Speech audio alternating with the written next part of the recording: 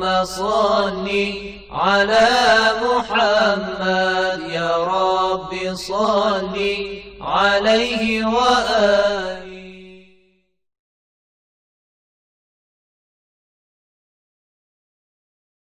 Aqulullakum assalamualaikum warahmatullahi wabarakatuh. Para pemirsa dan pendengar yang dirahmati oleh Allah Subhanahu wa taala, marilah kita selalu minta kepadanya untuk dijadikan seorang hamba yang bersyukur, seorang hamba yang saleh, seorang hamba yang selalu mengingat dirinya. Para pemirsa dan pendengar yang budiman, pada kesempatan yang lalu kita telah menjelaskan tentang satu sifat yang sempurna, yaitu hikmah. Dan kita telah menjelaskan berbagai makna daripada hikmah. Pada kesempatan yang baik ini kita ingin menjelaskan tentang sifat adil yang dimiliki oleh Allah Subhanahu wa taala. Sifat adalah sifat yang sempurna. Setiap fitrah kita, jiwa kita akan mengatakan adil adalah kesempurnaan. Setiap akal yang waras, akal yang berfungsi sebagaimana mestinya akan mengatakan bahwa adil adalah sesuatu yang sempurna. Makanya di setiap negara pasti ada pengadilan. Kenapa? Karena mereka memahami satu sosial, satu komunitas, satu masyarakat tidak akan bisa berjalan, tidak akan bisa hidup dengan baik tanpa keadilan. Kalau seandainya tidak ada keadilan, maka masyarakat tersebut akan hancur. Satu dengan yang lainnya saling membunuh, satu dengan yang lainnya saling melemahkan. Itu kalau seandainya tidak ada keadilan. Makanya dengan kita memahami tentang mulianya sifat adil, kita ingin bahas apakah Allah itu memiliki sifat adil atau tidak. Sebelum kita memasuki tentang pembuktian bahwa Allah itu adalah zat yang adil, alangkah baiknya kalau kita membahas tentang definisi adil, sehingga kita akan dengan mudah memahami apakah Allah itu adalah zat yang adil atau tidak.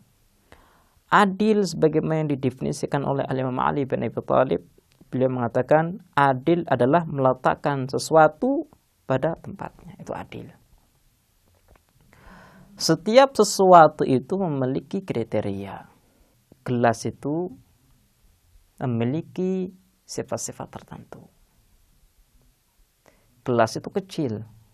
Kalau seandainya kita ingin berbuat adil, maka kita harus menuangkan air sesuai dengan kapasitas yang dimiliki oleh gelas. Kapasitas yang kecil akan bisa memuat, menampung sesuatu yang kecil. Jadi tidak boleh kita melebihi batas. Itu adalah adil. Jadi saya ulangi, adil adalah meletakkan sesuatu pada tempatnya. Ketika adil berarti meletakkan sesuatu pada tempatnya, maka adil juga dibagi menjadi 3 bagian. Yang pertama adalah al-adlu takwini, adil yang bersifat ciptaan. Artinya ketika Allah Subhanahu wa taala menciptakan sesuatu, maka Allah ini menciptakan sesuatu dengan baik. Taruhlah Allah Subhanahu wa taala menciptakan manusia.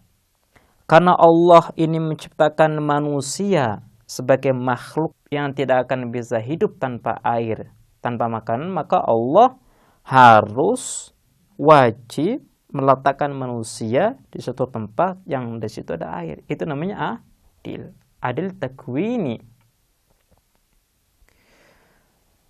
Allah Subhanahu wa taala adalah zat yang menciptakan berbagai hewan.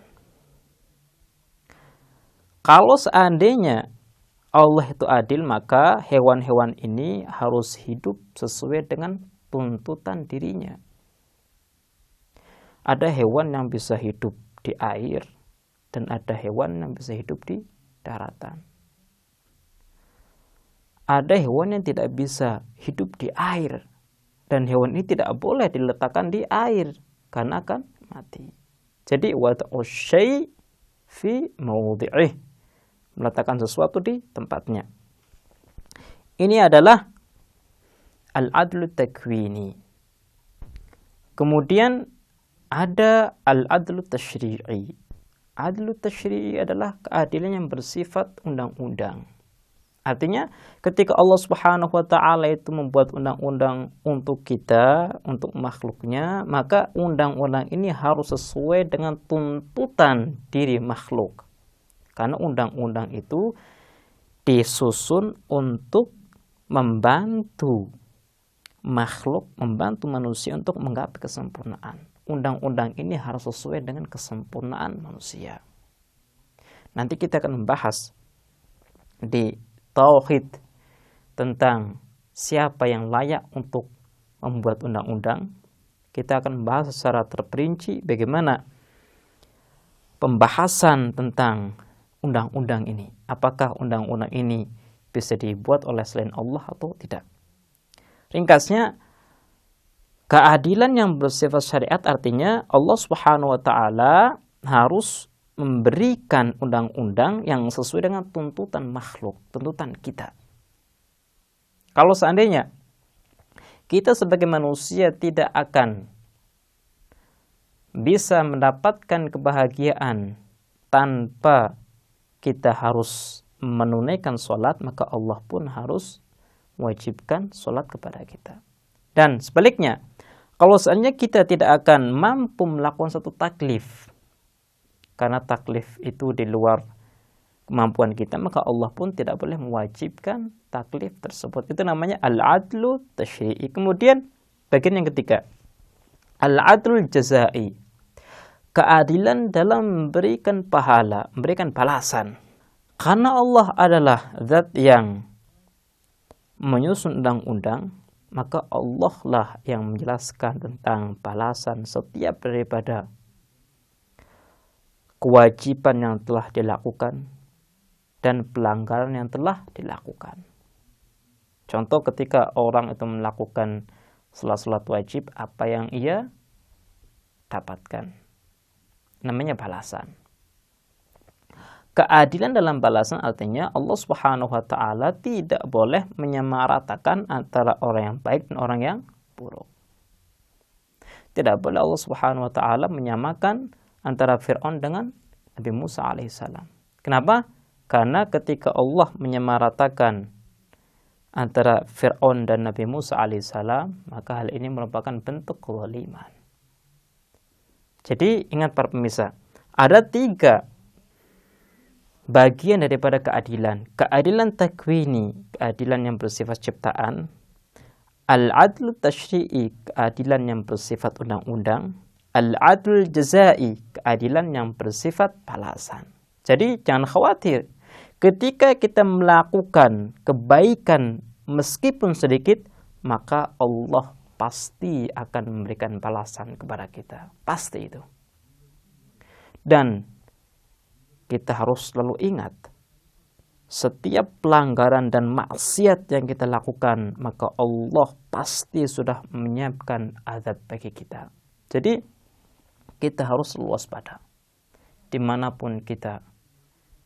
Meskipun tiada orang yang melihat kita, kita harus ingat bahwa Allah melihat kita.